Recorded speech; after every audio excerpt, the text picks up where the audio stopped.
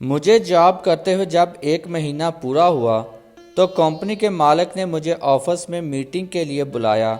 दरअसल वो मेरे काम से बहुत खुश थे, लेकिन जब मैंने कंपनी ज्वाइन की थी वो इस वक्त मुल्क से बाहर गए हुए थे। इस वजह से मेरी इनसे मुलाकात अब तक नहीं हुई थी। मेरे साथ काम करने वाले बता रहे थे कि यह कंपनी बिल्कुल नई है और एक यंग लड़का इसका ऑनर है जो बहुत मेहनती और अच्छे दिल का मालिक है। मैं अपने बॉस से बगैर मिले ही मुतासरा हो गई, क्योंकि मुझे ये भी पता चला था कि मेरे बॉस का ताल्लुक एक गरीब घर से था और वो अपनी मेहनत के बलबूते पर यहाँ तक पहुँचा है। और फिर इस दिन मैं बहुत खुश थी कि मैं अपने बॉस से पहली मर्तबा मिल रही थी। जब मैं इनके केबिन में गई तो वाकई हैरान रह गई, क्योंकि वो बिल्कुल ही जवान लड़का था। मुझे इनसे मिलकर खुशी हुई कि हमारी नौजवान नस्ल अब भी अपने मुस्तकबिल को लेकर इस कदर संजीदा है। बॉस से मेरी पहली मुलाकात बहुत अच्छी रही। इन्होंने मेरे काम की बहुत तारीफ़ की और मेरी सैलरी में भी इजाफ़ा कर दिया। मैं इस दिन खुशी खुशी वापस हॉस्टल गई तो मेरे नाम से आए हुए खुला के कागजात मुझे मिल गए। मैंने खुदा का शुक्र अदा किया कि ताहत जैसे जाहल इंसान से मेरी जान छूट गई थी। अब मैं आज़ाद थी और अपनी ज़िंदगी का सही फ़ैसला कर सकती थी। मैंने ना तो अपने माँ बाप से कोई रब्ता किया और ना ही इस आंटी से, क्योंकि मैं जानती थी वो सब लोग ही मेरे साथ मुखलिस नहीं हैं। इस वजह से अब मैं बस अपने पैरों पर खड़े होकर अपने लिए कोई बेहतर फ़ैसला करना चाहती थी। कुछ दिन बाद बॉस ने दोबारा मुझे ऑफिस में बुलाया और कुछ नए काम मेरे सुपुर्द किए। मैंने अपना बेस्ट देते हुए वो काम भी बड़े अच्छे तरीके से करके बॉस के सामने रख दिए तो बहुत खुश हुए और इन्होंने मुझे अपने साथ लंच की ऑफ़र की। मैं कुछ हिचकिचा रही थी, लेकिन इन्होंने कहा कि मुझे अपना छोटा या बड़ा भाई समझ लें। मुझे खुशी होगी अगर आप मेरे साथ लंच करेंगी। इनकी बात सुनकर मेरा दिल भर आया और मुझे अपने दोनों भाई याद आ गए जो सालों पहले मुझसे बिछड़ गए थे। मैं बॉस के साथ लंच पर चली गई। इस दौरान इन्होंने मुझसे मेरे बारे में पूछा तो मैंने मुख्तसर सा तारुफ अपने हवाले से करवा दिया, लेकिन वो कहने लगे कि पता नहीं क्यों आपसे मुझे अपनायत महसूस होती है।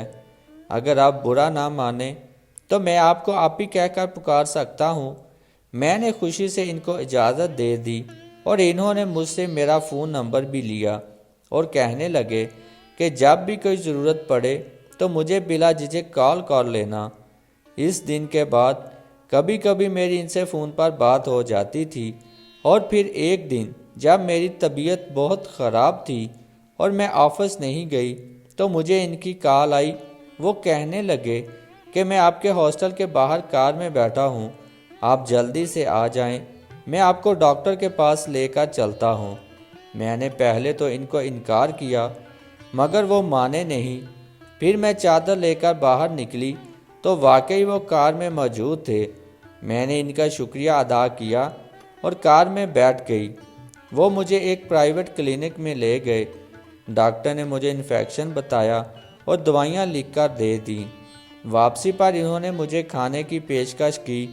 खाना खाने के दौरान बातों बातों में इन्होंने मुझसे अपनी फैमिली का जिक्र किया।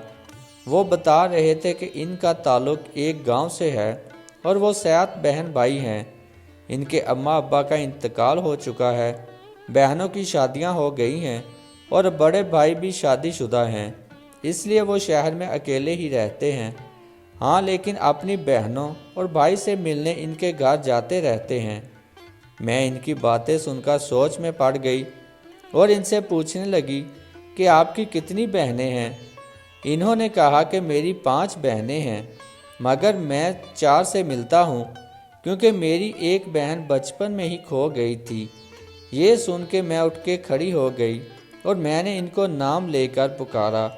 दरअसल मेरे बॉस का नाम तो सलेमान था, लेकिन मुझे मेरा छोटा भाई सनी याद आ गया जिसका नाम सुलेमान था।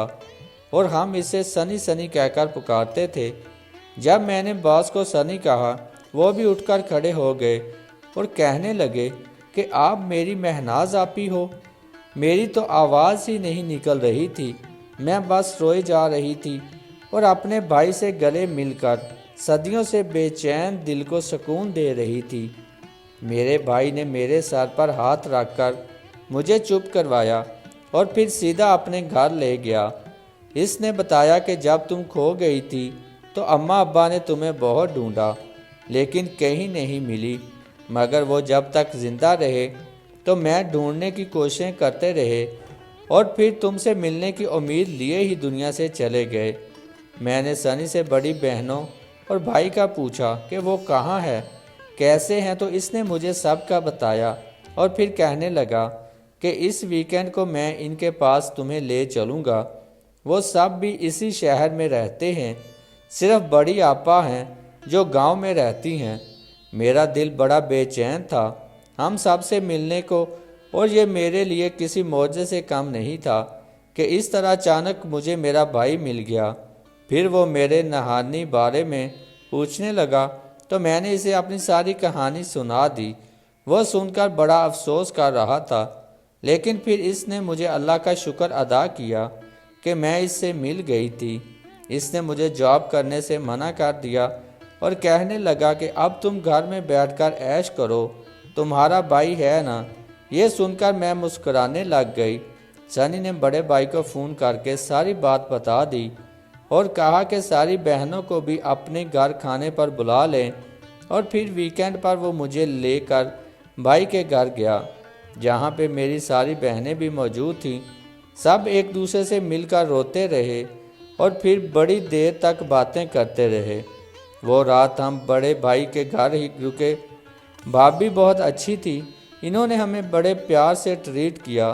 اس کے بعد بڑی آپا اور بڑے بھائی نے مل کر میرا نکاح ایک اچھے گھر میں کر دیا، اور پھر ہم سب نے مل جل کر سنی کی شادی کی۔